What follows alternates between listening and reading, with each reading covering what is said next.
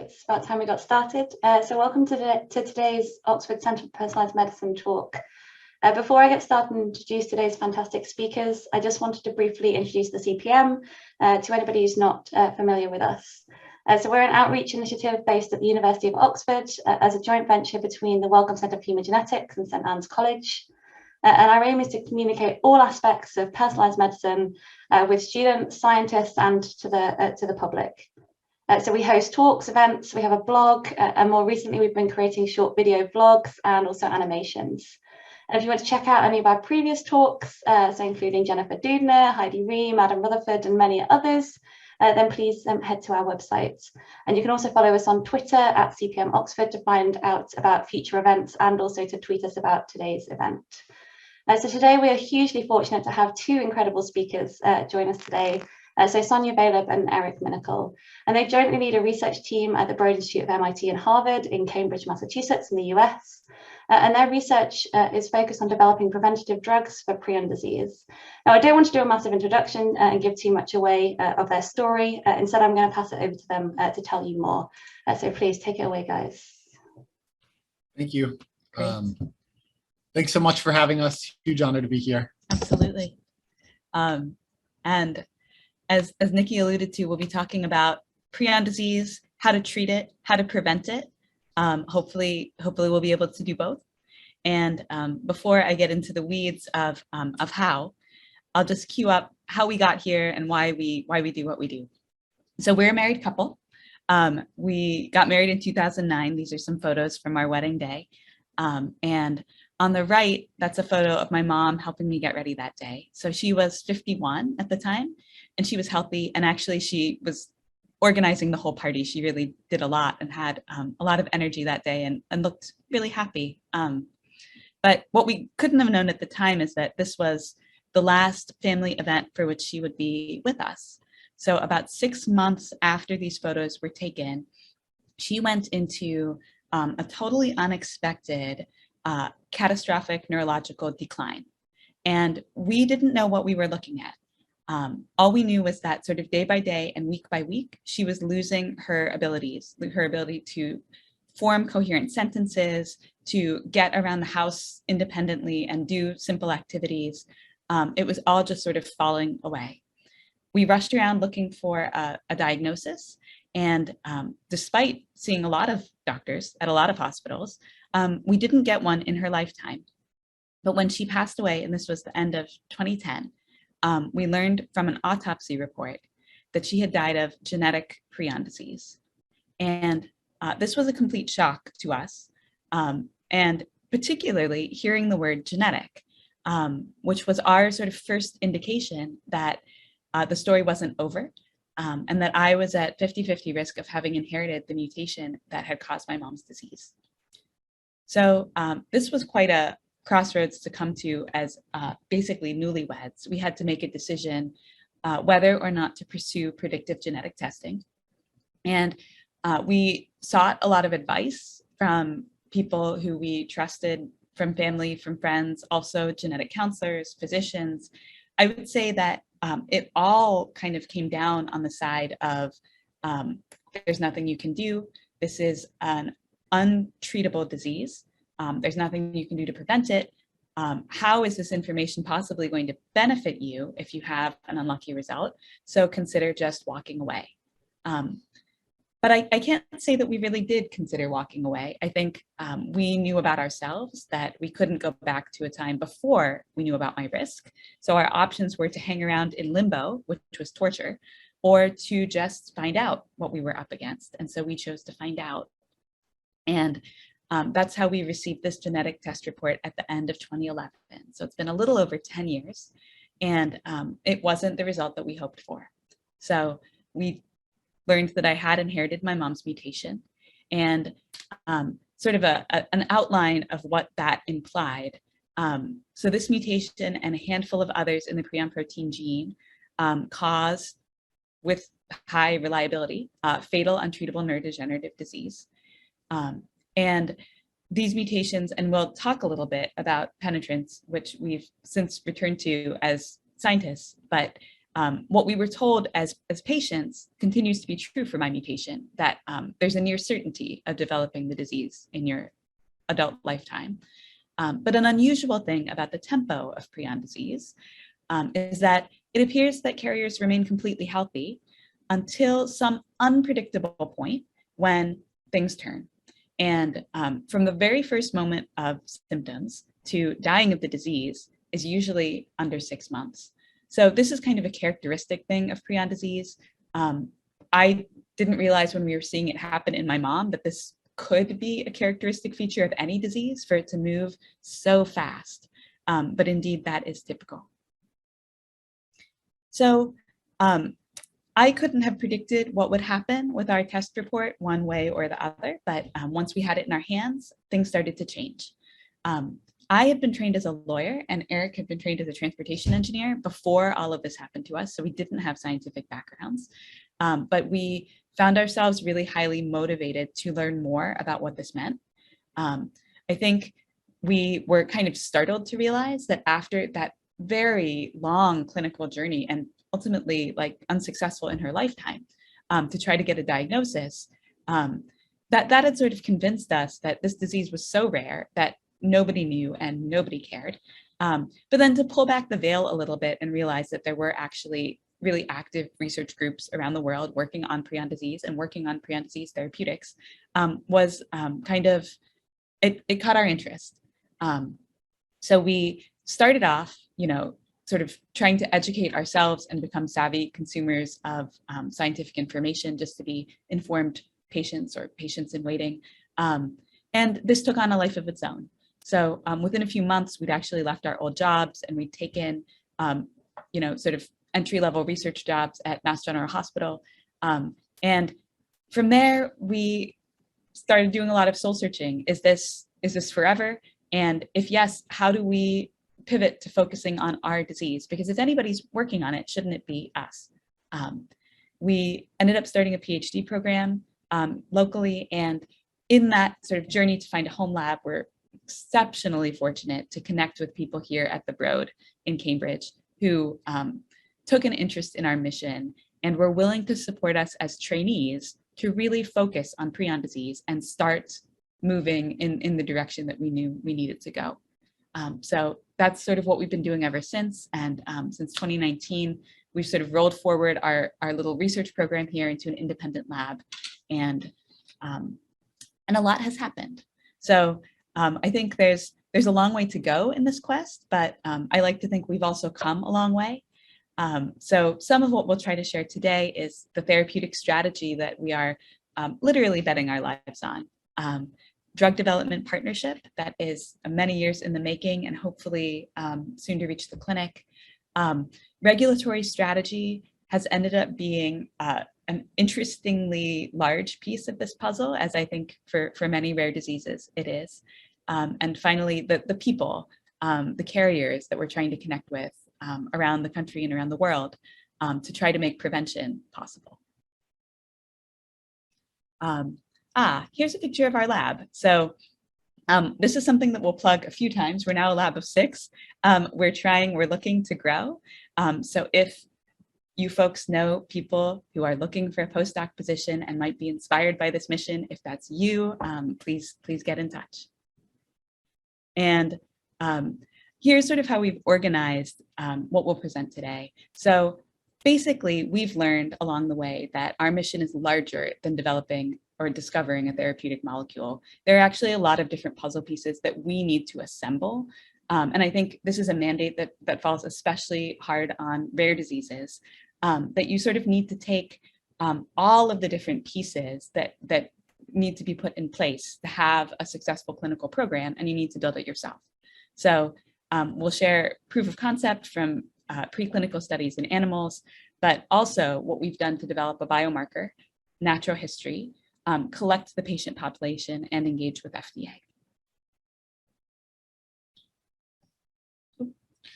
So I guess I'll start the first part. So just first off, what is prion disease? So you hear a lot of different names for prion disease, CJD, FFI, GSS. And And there is some genuine diversity in terms of how prion disease can present in terms of the early symptoms, rate of progression. And there's also genuine diversity in terms of etiology, right? So it's the only disease that can be sporadic, genetic, or acquired. But in a way, all of this diversity and all of this sort of historical accident of different clinical terms for prion disease is just on the surface. At its core, prion disease is one thing. And we're on this campaign to convince neurologists to stop using terms like CJD, et cetera, and just call it prion disease in the singular, not prion diseases, but prion disease. Because at the molecular level, this is one thing. It's this protein that post-translationally misfolds, that misfolding spreads throughout the brain and kills neurons. And this is the pathway of disease. And that gives us a really clear drug target, right? So if we can target normal prion protein or anything upstream of it to lower the expression of normal prion protein, we think that that should be beneficial. And there's long-standing data to support this therapeutic hypothesis.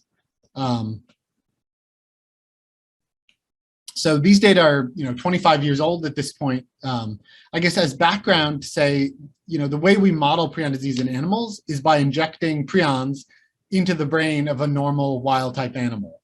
And this works because prion diseases are transmissible, and it's not just a disease of humans, right? This is a disease that naturally afflicts a lot of different mammals, deer and elk and cattle and sheep and goats and mink and camels. And so we can model it exactly the same in mice. So you inject prion disease brain homogenate into the brain of a totally normal wild-type mouse, and 5 months later, it develops terminal prion disease that looks spookily like the human disease. And if you do histology, the brain looks spookily the same as a human brain affected by prion disease would look. So they're not even models. This is the disease in an animal.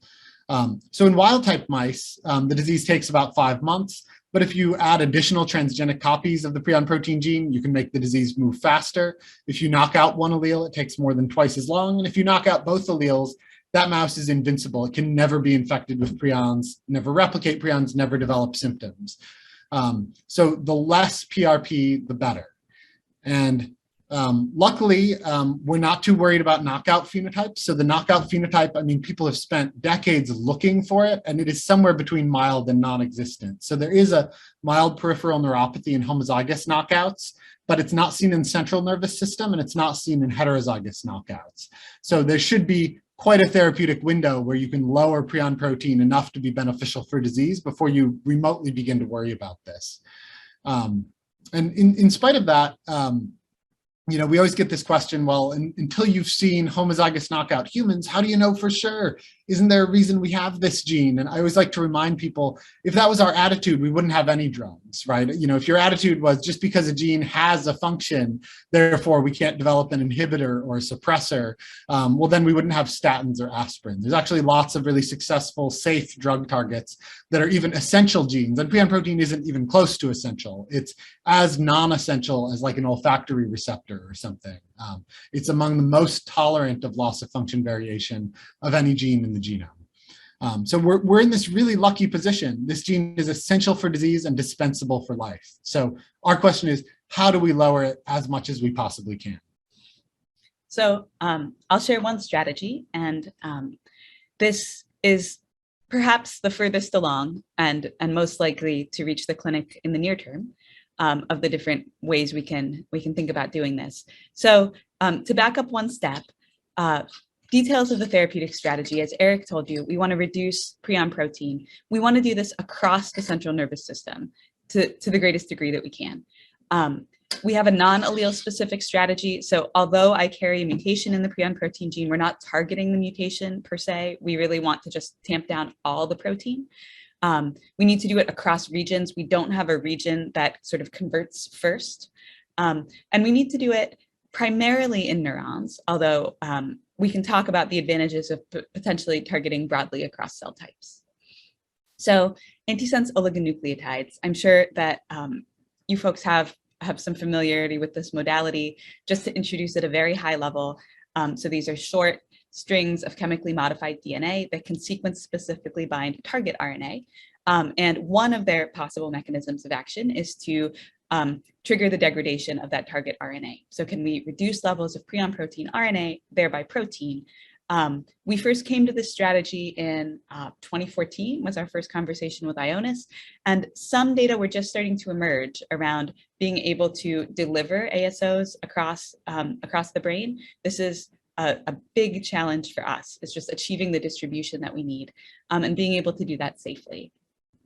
So we launched this collaboration, and here are some preclinical ASOs that target the mouse prion protein RNA and are lowering its levels by about 50%. And here's the mouse model that Eric described to you. So we infect the mice with prions. They go on to really, truly develop the disease. So with all that preface, I'll show you a bunch of survival curves, but I'll actually move through them pretty quickly because they all tell, thankfully, a pretty similar story. So this was our first mouse study that we ever did. And the treated animals are in green and blue. They got 2 doses of ASO 90 days apart. And they outlived the control animals by about 60 to 80%. Really clear result. And our sister lab at NIH sort of did at the same time a study with very similar design and also saw a really similar survival benefit. So we were able to ask the question with these ASOs, how much do you need to lower PRP to start to see a benefit? And in this dose response experiment, the lowest dose lowered the prion protein RNA by 21%, and it gave us a 15% survival benefit.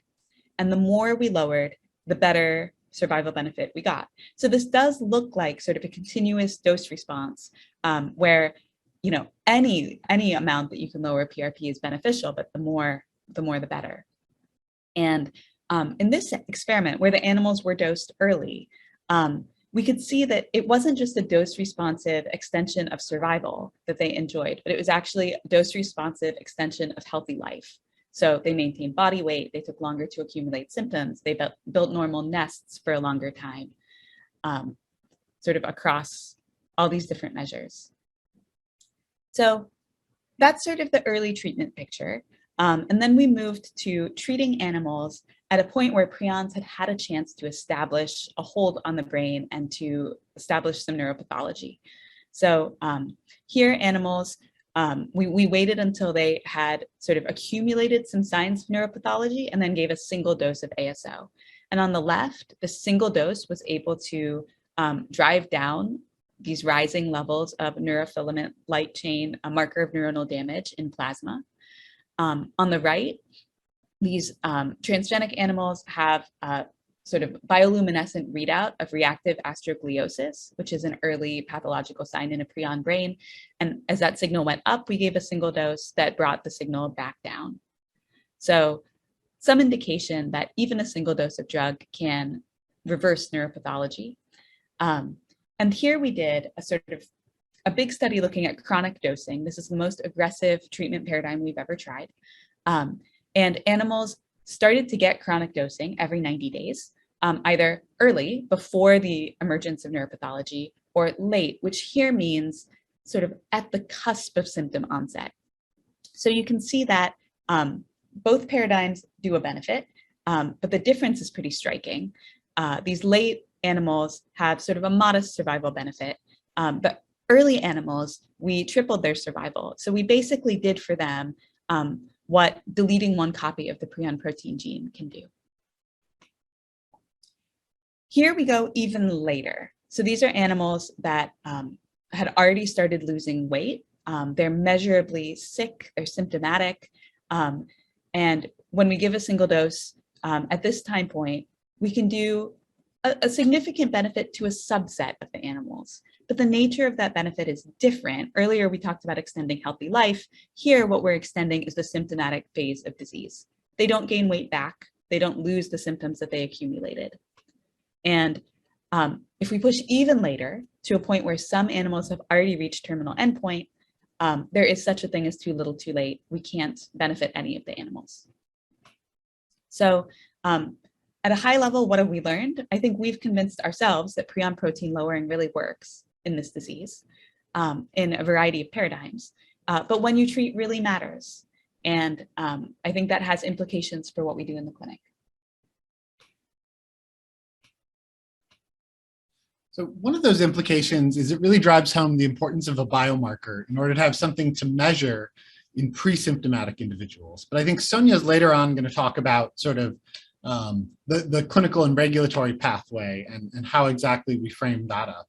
We were thinking about a biomarker for this therapeutic program from pretty early on, actually from our very first meeting with Ionis Pharmaceuticals.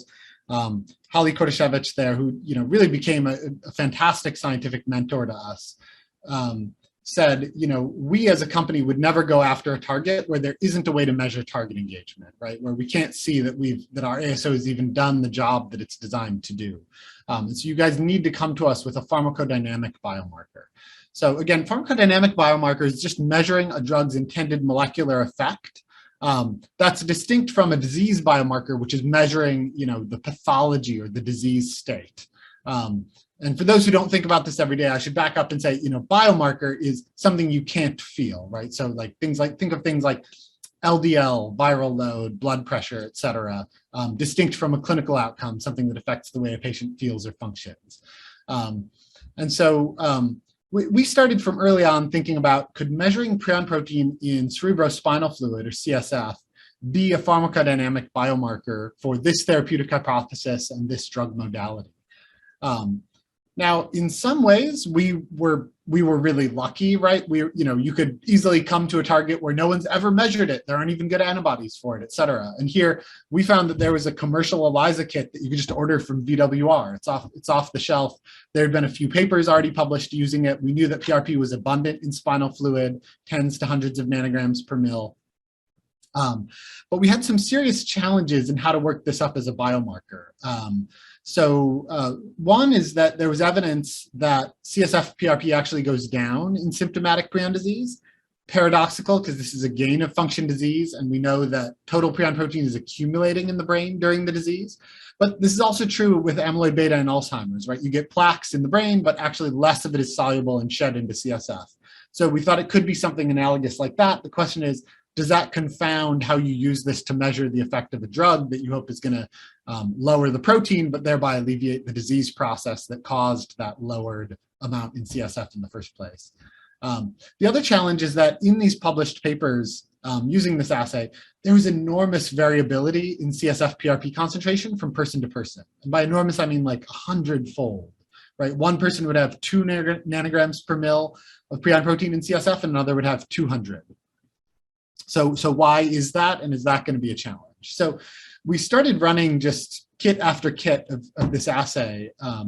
And one thing we noticed quickly is that you have the same sample aliquoted to different size in Eppendorf tubes. You get a different readout of PRP concentration. And that made us think maybe this protein is really sensitive to what we call pre-analytical artifacts. So what happened to that sample before it was analyzed? And so Sonia did this battery of experiments looking at neat CSF versus if you add a little bit of detergent to try to keep the prion protein in solution. And lo and behold, the more that you pipette or move it between different tubes, basically every time the cerebrospinal fluid touches plastic, you lose half the prion protein that was in it. It's just a really sticky protein that loves to stick to polypropylene. And adding a little bit of detergent almost completely mitigates the problem and keeps it in solution. It's not enough to just use a different material. People always ask, well, what if you just use glass for everything? Actually, glass was even worse. So it's a really sticky protein. It's a finicky analyte, and we had to come to terms with that and develop protocols that would allow us to handle it. And so we proposed that going forward, when people are doing spinal taps specifically to collect spinal fluid for prion protein quantification, we basically said, you should be this fussy about how you handle that CSF. You add detergent really early on, and you always aliquot the same volume into the same tube. You always pipette every sample up and down the same number of times. People said, you guys are crazy. If it takes this level of finickiness to get your analyte to work, then you don't have an assay. And we said, but this is really important. We need to be able to measure this for this to work. And we have gotten that protocol to work. It's been implemented clinically.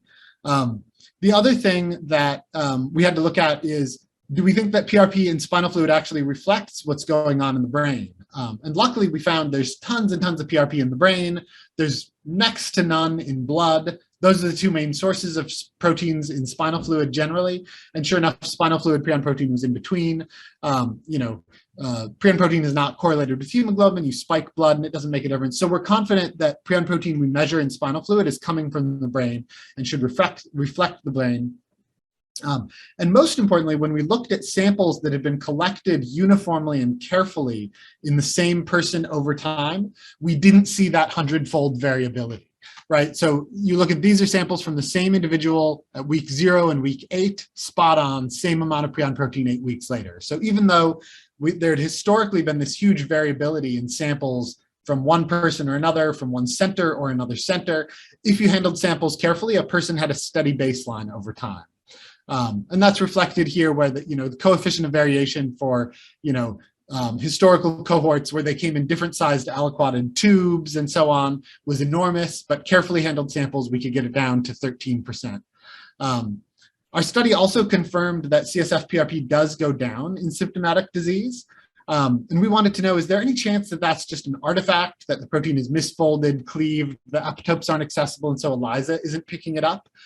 So we actually developed a whole new assay. We developed this targeted mass spec assay. We said we're going to look at tryptic peptides from 6 different positions, spanning all the way from the N-terminus to the C-terminus, and quantify those by MRM to get a totally orthogonal look at whether this protein is really going down in spinal fluid when people have symptomatic disease. And for all that, the answer actually ends up being exactly the same. So for every peptide we look at, prion protein in spinal fluid goes down when people develop prion disease. The nice thing about this, so that didn't solve our sort of disease state confounder problem. But the nice thing is, wow, PRP is a really simple analyte. Anybody who's studied tau knows you have some of these proteins where there's different isoforms and they behave differently in spinal fluid. It looks like we don't need to worry about any of that. This is one analyte, and any which way you measure it, you get the same answer. So to skip over a lot of additional work, we went back and developed a whole new assay that we deeply validated, like to FDA standards. It's cross-species reactive. And we started using that ELISA assay for preclinical studies. And we recently published this work validating that in rats, where we dose with an ASO, and then we measure total prion protein in a whole brain hemisphere or in spinal fluid, we validate that we knock down prion protein in the whole brain, and that is read out in spinal fluid. So we have a sampling compartment that's responsive to the drug. So we've been amazed. It's been a real journey for us to realize, from thinking, oh, there's a way to measure this protein, problem solved, right? Actually, it's been years and years of work to get it to where we can say, this is a pharmacodynamic biomarker. If you knock it down with a drug, we should be able to read that out. So I think the main question that would be left open by everything I just told you is, do we need to worry about disease-related decline in CSF PRP? Is that going to make it difficult to use this biomarker in a symptomatic patient population, but could we use it in pre-symptomatic patients?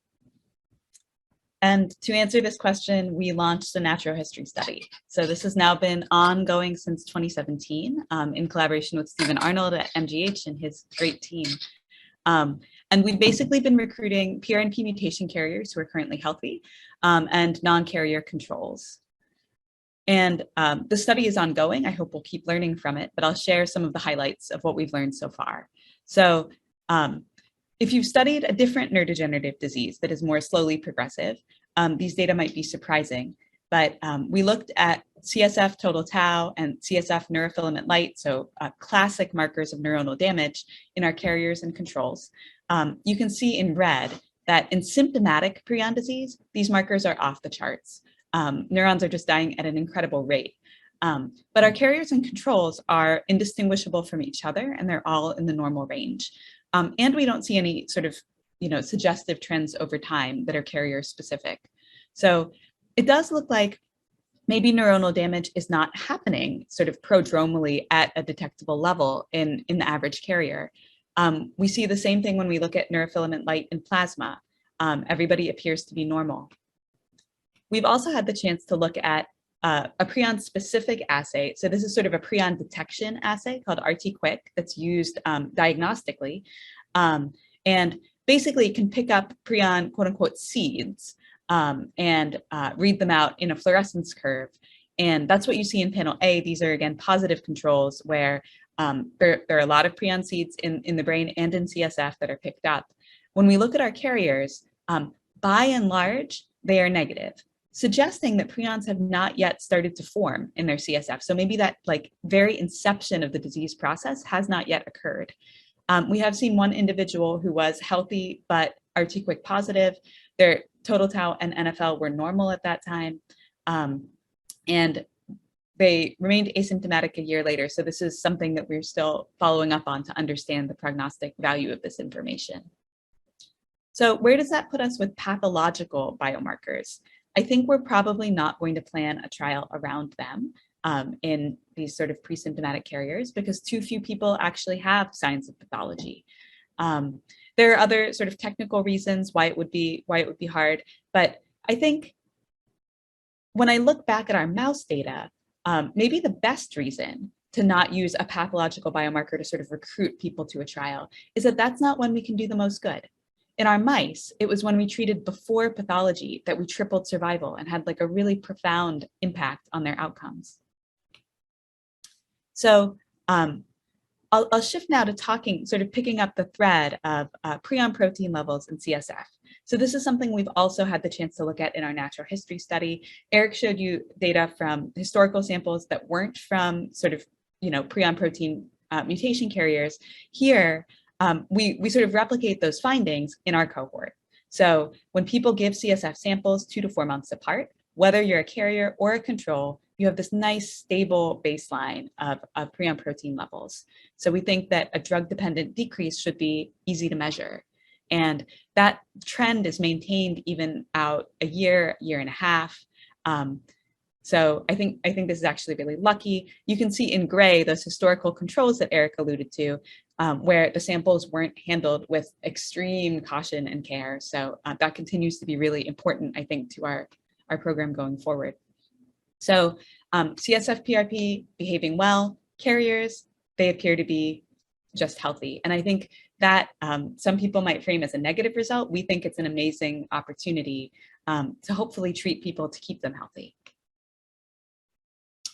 So how do we go, what is this patient population and how do we do trials in this population? So we think of prion disease as having 2 patient groups. There's the symptomatic patients, not diagnosed until they're sick. This would be all sporadic patients and some genetic patients who hadn't had predictive testing, didn't know they were at risk, et cetera. And then pre-symptomatic, so people like Sonia who might have a genetic test report decades before onset of disease. So in the symptomatic patient population, there is precedent for doing randomized trials and following people to a survival endpoint. So I think that shows that this is feasible. I think these examples also show some of the challenges in that approach. So in particular, this doxycycline trial in France and Italy, half of the patients were already either intubated or ventilated at the time that they were randomized. So to me, that raises tough questions about what does it even mean to do good for a patient population that's already that impaired? And I think reasonable people have different answers to whether they would want that for themselves personally. But I do think we should also grapple with, would a molecularly targeted therapeutic still be relevant at that disease stage? Or is that a stage where secondary pathologies are now driving people to progression? So I think there's assets, we have a good molecular diagnostic, RT-QuIC, and there's good referral networks in the US and in the UK and many other countries. But we need to catch people earlier. And so we don't want to put all of our eggs in this basket of hoping that a symptomatic trial will work and deliver us a drug that would help for people like Sonia. So we need to think about the pre-symptomatic population. So Sonia alluded earlier, we did this study, 5 or 6 years ago now, to try to characterize the genetic population and figured out that a lot of mutations that people thought were pathogenic are actually low penetrance. But we identified a subset of mutations that really do seem to be, 90+% lifetime risk, unfortunately, including Sonia's mutation. Even just the top 3 of those variants account for about 85% of cases. So we've defined a patient population in which there's high enough risk that we would argue it's justifiable to go in with an experimental therapeutic. That risk-benefit balance is there. But the question is, how do you do a trial on those people? What do you measure? So One precedent is in genetic Alzheimer's, there's folks doing this trial where you take totally healthy mutation carriers with no requirement of pathology. Your only sort of ticket into the trial is your genetic test report. And then you get randomized for 5 years to a cognitive endpoint. And because that precedent is out there, we wanted to model whether that would be possible in prion disease. In other words, take people like Sonia, randomize them to onset. Now, I would have a lot of feelings about what's basically, randomizing people to the death. But the question here was just, is this even numerically feasible? So we went out and gathered data from 9 different centers with over 1,000 individuals with age of onset, death, or last follow-up, and basically built life tables saying, what is the distribution of when people have onset of this disease? And turns out that the age of onset is super variable in prion disease and nothing predicts it. So for Sonia's mutation, there's been a case as young as 12, and there's been someone who lived to 89 without developing symptoms. So it's an incredible variation. We don't have any way to predict for any one person when your onset will be. And that actually is a huge problem for this idea of randomizing people to a clinical endpoint. So one way of thinking about it is that, so here the band thickness is how many patients there are, and the y-axis is what is the probability of having onset in any given year of life as you age. And basically, if you go early, there's lots of patients, but their annual risk is low. And if you go late, annual risk is high, but there's not many people who live that long in the first place. So basically, there's no place you can draw a line and say, give me all the patients older than X years of age, and I'll have a cohort where I expect enough of them to develop disease in the next few years that I can power a trial. And we modeled that out with a power calculation, basically saying, under reasonable assumptions, you would need like 800 people to be randomized in order to power a trial, and that is more patients than we have in this rare disease. So that's just a non-starter. That's not a trial design that we're going to pursue. And the fact that that is numerically impossible actually has policy implications, right? So it's in US law that FDA shall consider instances where the low prevalence of disease renders, more traditional clinical trials impractical. Then this accelerated approval pathway should be considered. So basically, is there a way that we could give provisional approval based on a biomarker endpoint and then do a post-marketing study later on to confirm clinical benefit? So I think that's where I'll hand it over to Sonia to talk about that path. Absolutely. So background on accelerated approval, instead of sort of, randomizing to a clinical endpoint, which is, a change in how a patient feels or functions or survives, we would be trying to use as our endpoint in a trial, a biomarker that is reasonably likely to predict clinical benefit. So a classic historical example here is HIV viral load in AIDS. And as Eric alluded to, there are sort of requirements for when you qualify for this program. It doesn't free you from having to show efficacy and safety. And you do have the obligation to do a phase 4 trial in which you ultimately, in sort of a post-marketing study, confirm clinical benefit. But when we look at the list of when Congress thinks that this pathway should apply, I do think that we check the boxes, including that this is an unmet medical need, that rarity makes traditional trials difficult or impossible, and that the risk benefit is favorable. So, I talked earlier about the opportunity that I think we have to keep people healthy through a primary prevention strategy.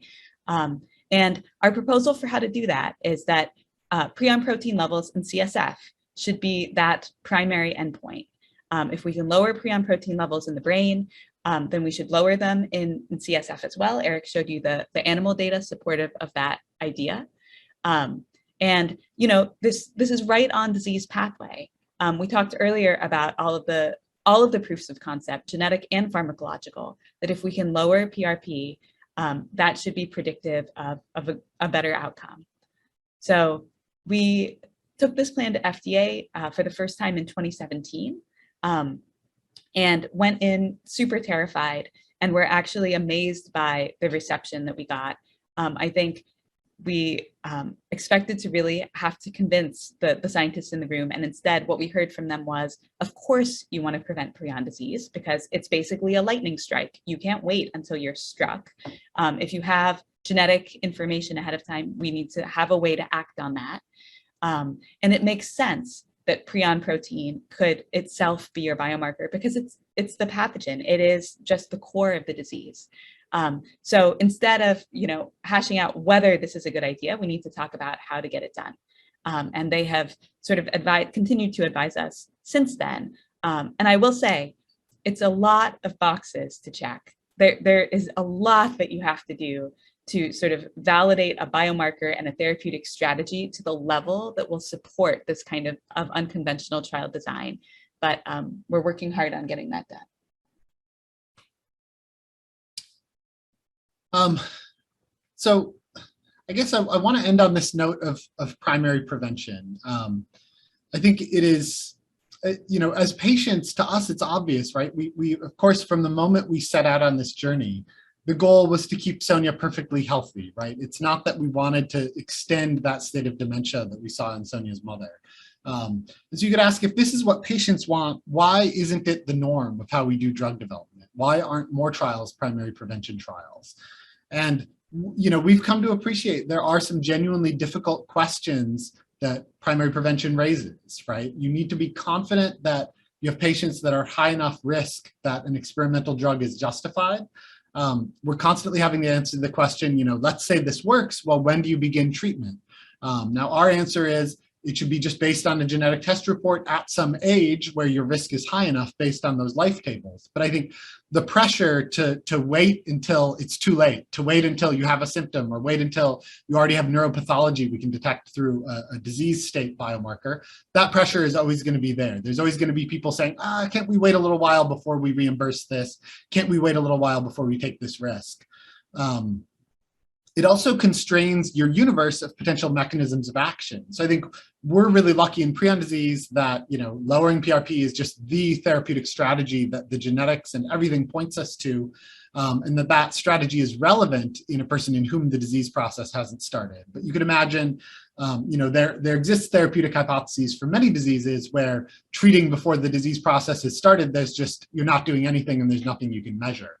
And then finally, what do you measure in a trial? What's the outcome if not a clinical benefit? How often do you have that alignment of there's a biomarker that's measurable, relevant to the disease process, you can validate the assay, the relevance is unimpeachable, and so on. So it is really a tough package to put together, and I think we've been blessed that as much as prion disease has a lot of constraints that make us not want to put all our eggs in the basket of a more conventional randomized trial in symptomatic patients to a clinical endpoint, prion disease is also an opportunity, right? This gives us a chance to pilot this primary prevention model in a case where we would argue all of those stars align, right? We actually have an opportunity to take perfectly healthy people, keep them healthy with a genetically targeted therapy and a biomarker readout. So even though prion disease is a pretty unique disease, hopefully if we're successful, there's some inspiration and some lessons here that could be applicable to other diseases as well. I guess one final reflection, so Sonia sort of opened by saying, here's the 5 puzzle pieces to make this disease developable. And when we started becoming scientists 10 years ago, we thought the whole battle was find a drug and that's all that matters. And it was a real evolution for us to realize, actually, there's companies out there with platform technologies, ASOs are just one example, where they could apply it to targets X, Y, and Z, and figuring out how does your target map onto one of those platforms and how do you convince them to work on it actually can be a much quicker route to getting a drug than trying to discover something yourself. But you have to have all those puzzle pieces in place to make the disease what industry folks would call, quotes, developable. And so, without taking more time to get into it here, there's a couple of blog posts here that sort of dive into why are those the puzzle pieces that are necessary, and why is that what the folks who may hold in hand the technology to cure your disease, what they're looking for, and why is that a quicker path than trying to find that molecule yourself. So thank you so much. Again, really honored to be here, and we would love to take questions.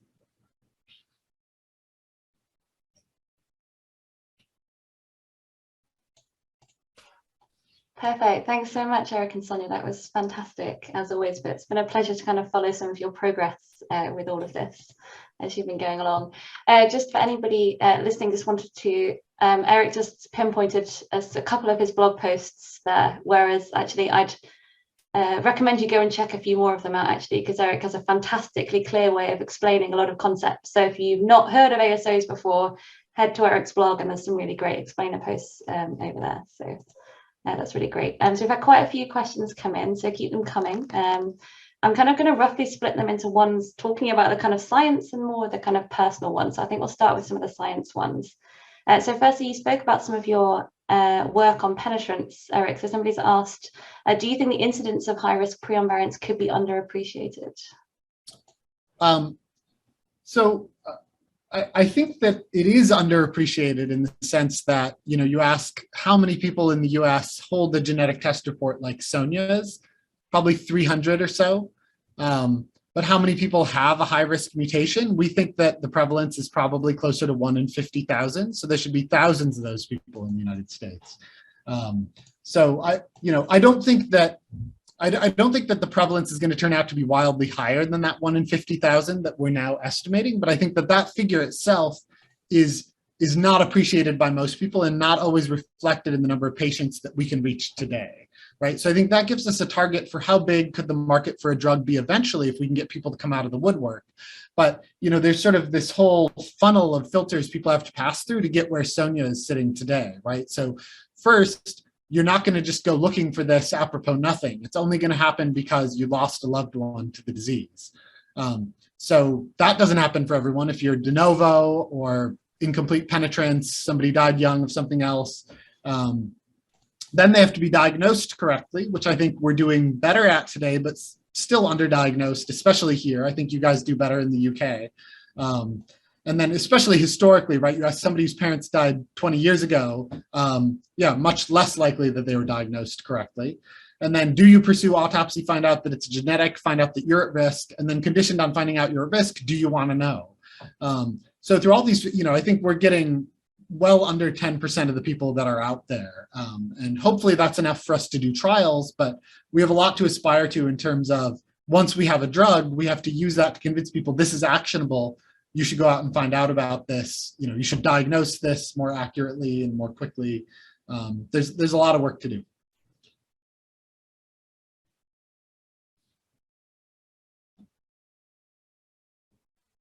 Sorry, I'm talking and whilst muted, talking to myself.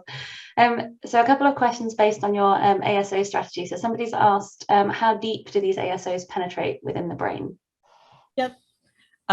It's a great question. I think distribution is always a big challenge and a big topic for us. So the strategy is to deliver via CSF. So in our animals, we do intracerebroventricular delivery through the skull. In humans, it would be intrathecal at the base of the spine. There are data now from non-human primates. There's some limited data from human tissue too. And basically, it looks like you have a gradient, as you might expect, based on the regions that are better served versus less served by the CSF flow. So we think we can get really reasonable knockdown in the cortex, maybe along the lines of what we saw in our animal studies, but that as you get into the deeper brain regions, and particularly sort of like thalamus and striatum and cerebellum, probably it's going to be more limited. We don't think it's zero. And so from what we've seen from our mouse studies, where even a 20% knockdown gave us significant benefit. I think if we can achieve 20% knockdown in deeper brain structures, that will still be beneficial. But this is definitely an area where, whether it's sort of new and improved ASO delivery or ASO chemistry or other technologies altogether, I think it's an area for improvement. Yeah, great. And another one on kind of ASOs. So you've mentioned that PRP is not seen as an essential protein. However, do you have an idea of the side effects that you could observe in a trial following use of an ASO against PRP? Yes. So I think based on all the knockout models, the thing that will be monitored closely is like any sign of peripheral neuropathy, which has been seen in knockout mice. And the sort of histological correlate has also been seen in knockout goats, although they didn't have a phenotype. This phenotype is pretty mild, it's age dependent, and you kind of have to draw it out by doing the right test, so it's not overtly behaviorally obvious. So we don't think, even if we were to see it, that it would be a significant concern. And in particular, it's only seen in homozygous knockout mice, not heterozygotes. I think heterozygotes are a better model, for better and for worse. They're a better model of what we can achieve with today's technology. That's really what we where our minds go in terms of on-target side effects. Then I think you have to wonder about sort of off-target and platform side effects and liabilities, which will be sort of more generic across, for example, all neurological ASOs. Great. So you've spoken about the kind of ASO strategy. Somebody's asked what are your thoughts on employing gene editing, so CRISPR to inactivate the gene at the DNA level, and what are the main challenges around that kind of approach? You give us a way to deliver it, yeah. We're there. I mean, we love it. We just got to get it there. Yeah, it's all about drug delivery. Great. And somebody else has asked, could analogous strategies be used to Parkinson's or motor neurone diseases? Could be and are. I mean, actually they're ahead of us, right? There's ASOs in the clinic right now against synuclein and LRRK2. Nice. Okay. So on a slightly different tack. So if prion disease doesn't look like a Mendelian monogenic disease, are there other genes involved and identified through GWAS that could be targeted therapeutically? Yeah, so thanks to Simon Mead's group at University College London, there's now 2 GWAS hits other than PRNP. So they're STX6 and Gal3ST1. I think we don't yet know how therapeutically relevant those could be. I think, we've known about PRNP as the target in this disease for, 30 or 40 years, and we're only now beginning to make good on that as a target. So I think we're probably a long ways from taking advantage of these other new targets. I think they're interesting, but things like direction of effect, at what disease stage are they relevant, et cetera, still need to be worked out. Great. Another question on kind of genetic basis here. So if it is genetic, is there expected to be any genetic anticipation? So earlier onset, as it's inherited from generation to generation?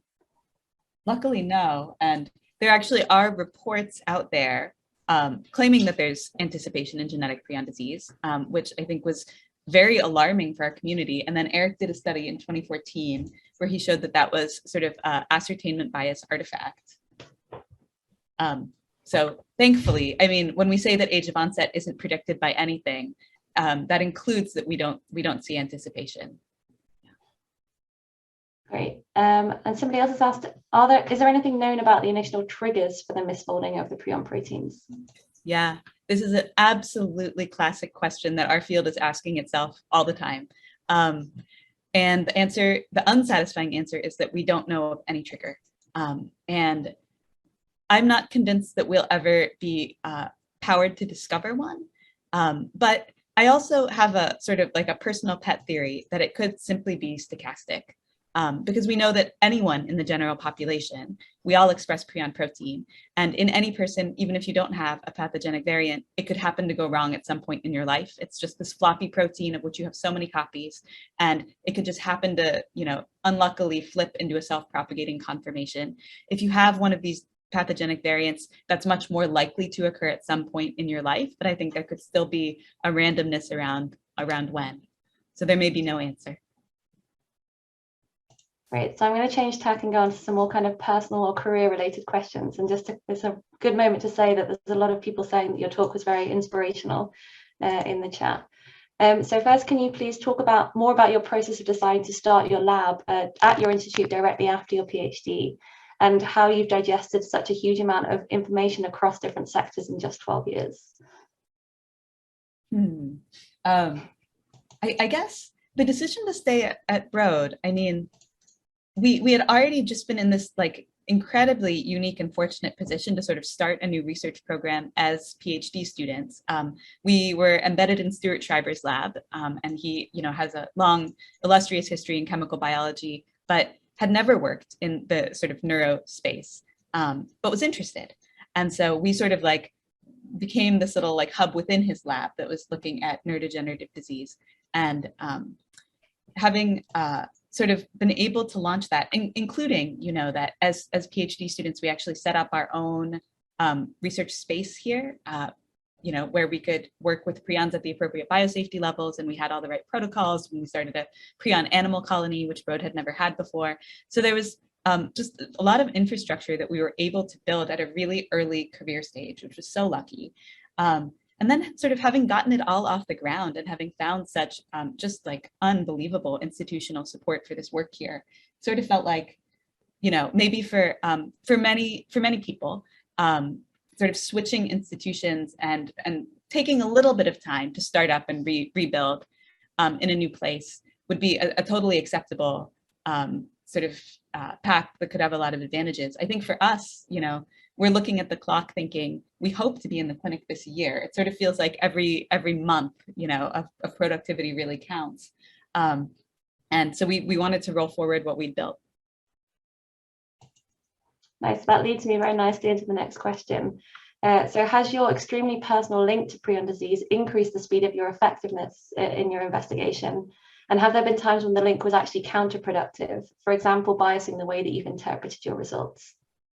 Oh, we got this question a lot early on. Like, can you be objective prion scientists with a sort of personal mission? And I think that people were concerned that we would be overly optimistic. And I have found exactly the opposite, that in fact, everybody has some inherent bias to, like, you know, to hope that their experiments are going to work, but we are the very first people to throw something in the garbage if it's not working, because, you know, the fact that lives are at stake, including mine, is just never far from our minds.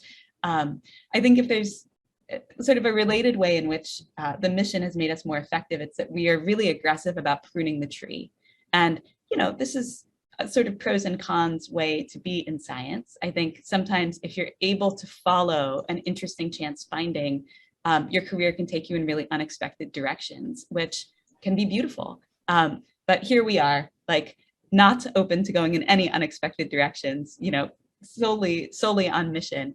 And so we do keep a really lean portfolio of projects. And I think that that's helped us drive them forward fast. Great. So somebody else is asking, it's very intriguing that you went from non-science jobs to doing scientific research. So how did you move from these jobs to science, and what was your experience with that process? Mm-hmm. We definitely started at the bottom of the totem pole. Yeah, I mean, your first job was stem cell technician. Yep. I came in sort of an entry-level bioinformatics role. It was hard. I mean, there's a lot to learn. It's both that we were changing careers, and this was an area we didn't know. It's also that science, there is a lot more to know than there was in our old careers. Yeah, I think so. And sure enough, here we are 12 years later, and it just is this like lifelong learning process, right? I think, I don't know, my experience in science, you never stop feeling like you're behind and there's so much more that you need to know that you don't know. That's very true.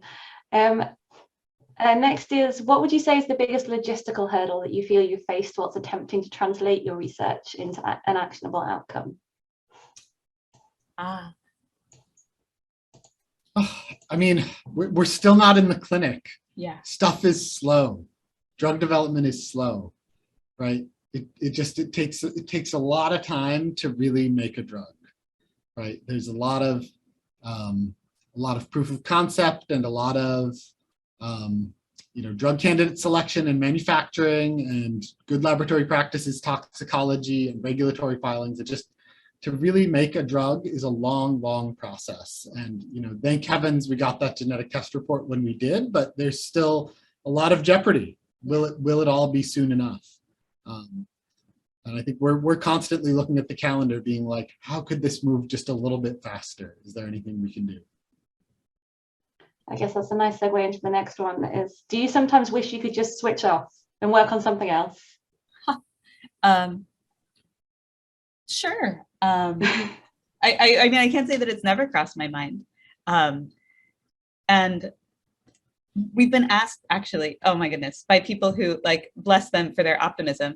What will you do after you succeed and you have a drug for prion disease? Will you just go off and do something completely different?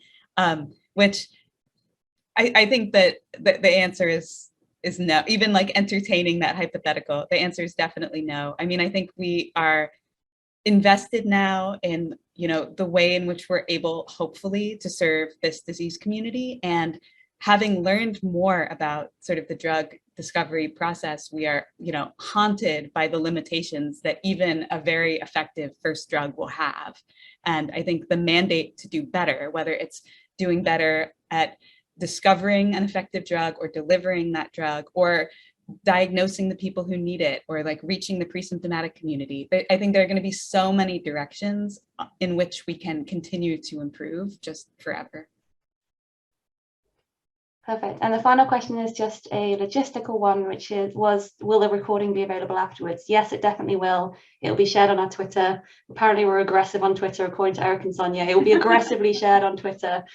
So please circulate it to anybody else who you think will be interested. And just remains for me to say, thank you, Eric and Sonia. That was truly inspirational, as always. You guys are amazing. Keep doing what you're doing. I have confidence you will succeed.